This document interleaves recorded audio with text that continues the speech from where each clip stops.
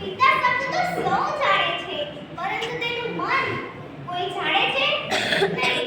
તો ચાલો આજે હું જણાવું. પિતા એટલે જે મકાનને ટકાવી રાખવા માટે મજબૂત પાયાની જરૂર પડે છે, તે જ પ્રમાણે એક સુંદર પરિવારને ટકાવી રાખવા જાય એક પિતાની જરૂર પડે છે. પિતાની હાજરી સૂરજ જેવી હોય છે. શું? પિતાની હાજરી સૂરજ જેવી હોય છે. સૂરજ ગરમ જરૂર થાય છે, પણ